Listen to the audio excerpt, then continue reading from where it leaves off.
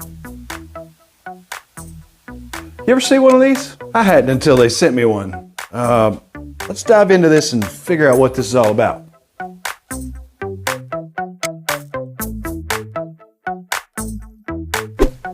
Hey everybody, welcome back to GolfTestDummy, the channel where I use my game to help your game. I haven't done a product review in a little bit of a while time thing.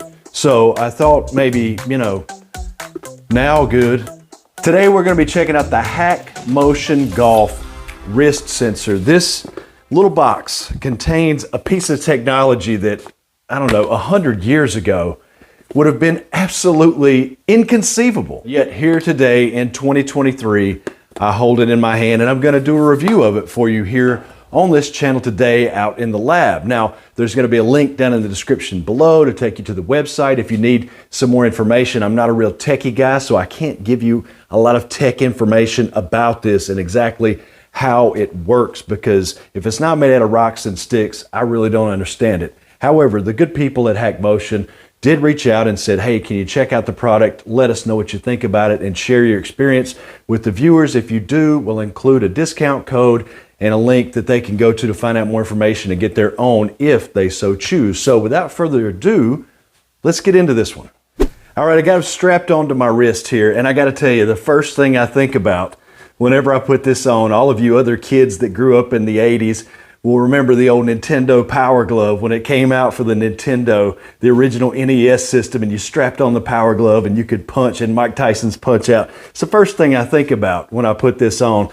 But it's just a little device that has an elastic Velcro strap that goes around your wrist, and then it's got a cord attaching it to this little sensor. You can take this elastic band off of the hand sensor and attach this to your golf glove, but since I don't wear a golf glove, I'm just putting it around my hand out here for a little workout. It's just this device, that's it, and then an app that you download on your phone or your iPad. Now, when I go into the main screen, this is what it looks like. I mean, it's pretty simple. You can go through these 4 different choices here. And the first one is practice.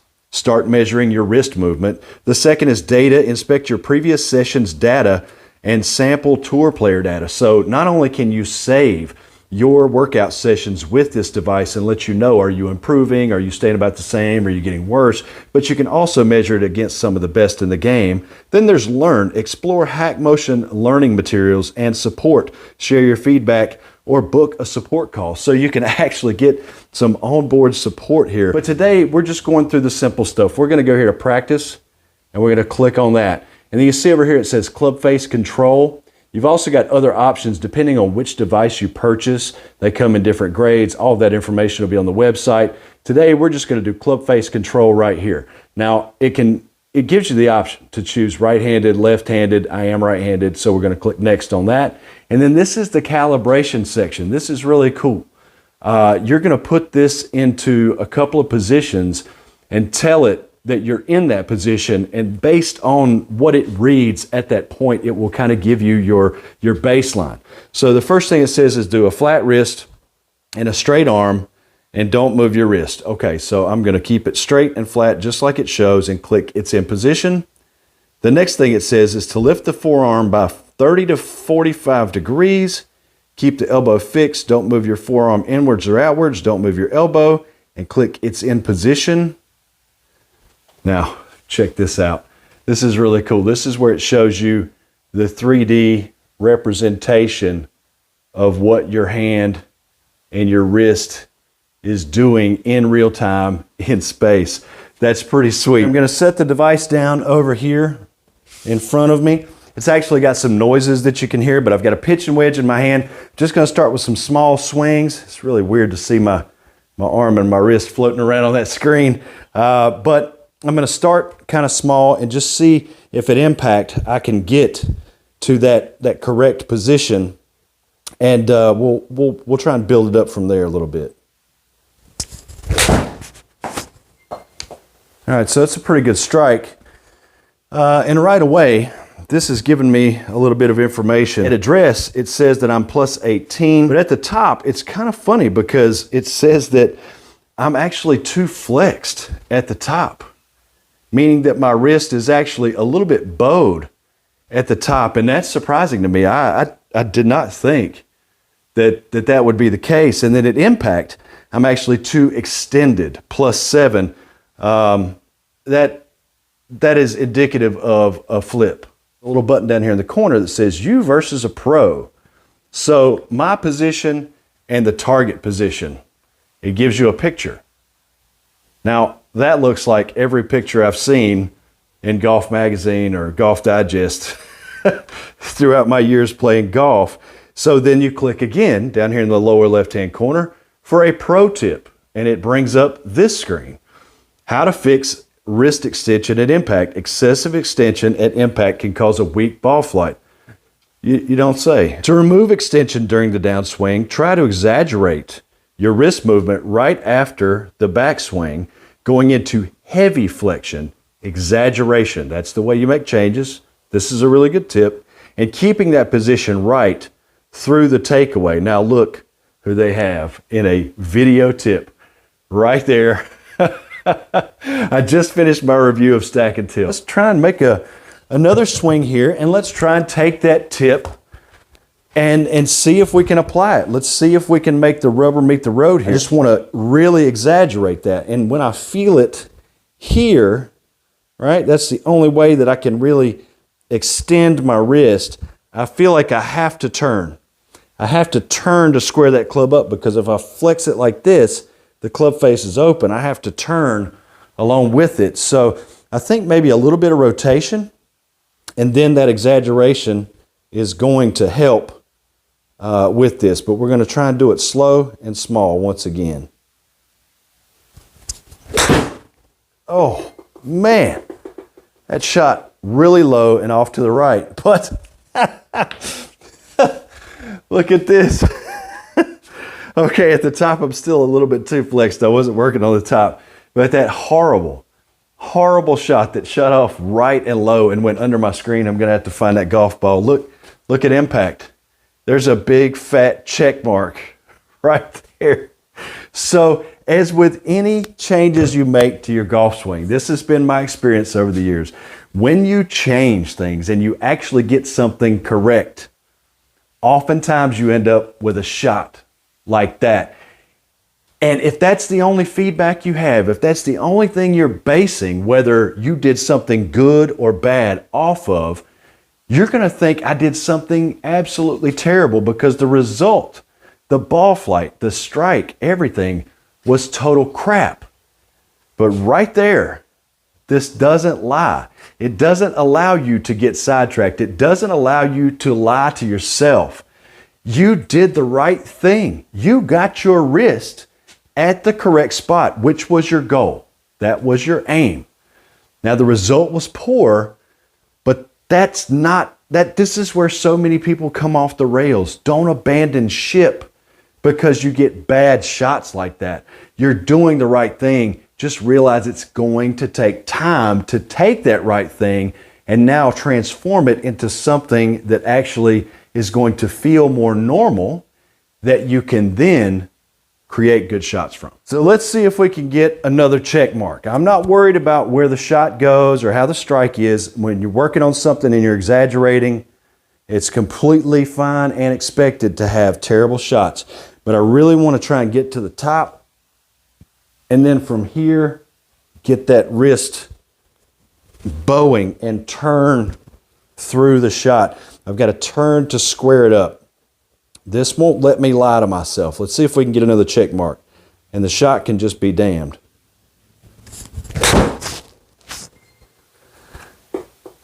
Oh, we got a hot streak going. Another terrible strike.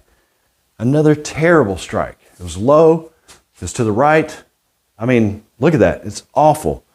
But check it out at impact. The wrist is bowed at impact like it's supposed to be. And that's a streak. That's 2 in a row. All right. Now let's see if my theory holds water.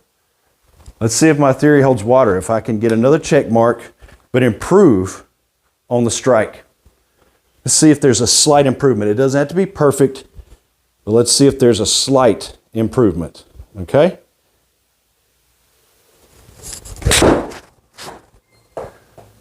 Oh, All right, much better strike.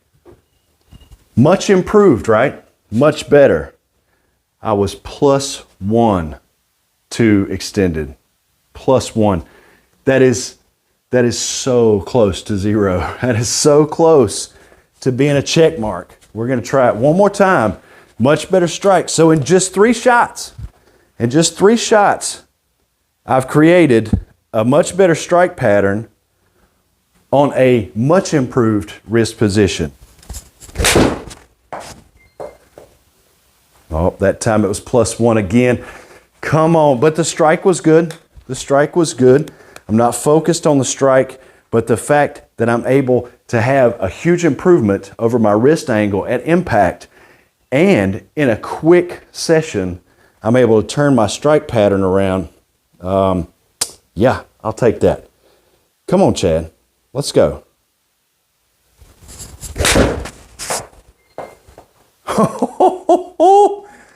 Sweet strike.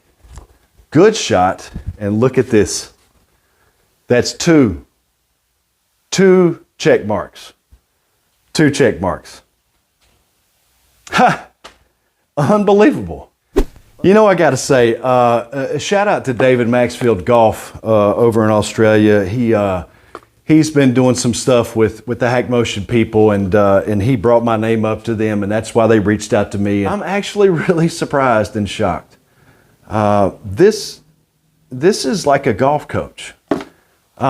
If you went to go get golf lessons, you would pay for 1, 10, 100, 1,000 sessions, however long you went, for days, weeks, months, years, decades, however long you went. And your coach would probably say, hey, you're losing distance because you're flipping at impact. And you say, really? I don't think I'm flipping at impact. And then he'd probably video you and slow it down and go, right there, that's a flip. You need to fix that. Okay, how do I fix it? Well, here's a couple of drills. Here's what you should feel like. Try doing this. And then you would try that, and you would either have success or failure, or nothing would change really, or you'd get frustrated. But you'd continue to work on it until you got it where you wanted it, or you wouldn't. If you didn't really feel like fixing it, you'd just say, no, I'm fine. I don't need to fix that. But in any event, you would have that sort of trained eye and camera watching you. You'd have professional advice and guidance along the way to try and help you out. You'd have tips and drills, and somebody constantly working with you to try and help you reach your goals. That's exactly what this just did. The video support, the app, the measurements, the data that it gives you, how easy it is to use. It's exactly what this does. And you don't need anybody. You can do it yourself. I'm absolutely impressed by this. It's pretty insane how far technology has come. And for the people that think that technology is ruining golf, something like this, I think, gives you more freedom to be better than you were at golf without having to be so reliant on other people. And to me, that's independence. Anyway, guys, I appreciate you watching this video. Check down below in the description so that you can get more information on the Hackmotion Golf Wrist Sensor and save yourself a few dollars. Tell them GTD sent you. See you in the next video.